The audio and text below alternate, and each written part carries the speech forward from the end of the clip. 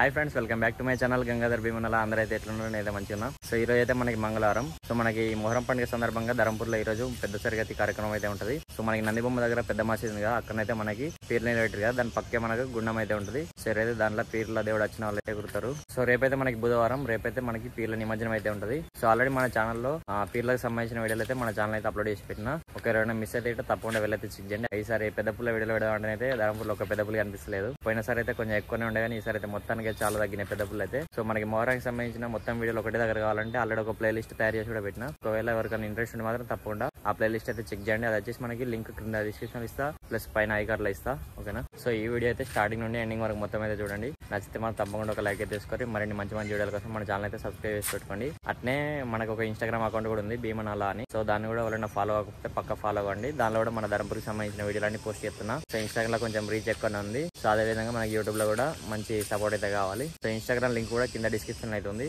ఒకవేళ వాళ్ళకన్నా తెలియకపోతే అయితే తప్పకుండా వెళ్ళైతే దాన్ని ఫాలో అవ్వండి. ఓకే?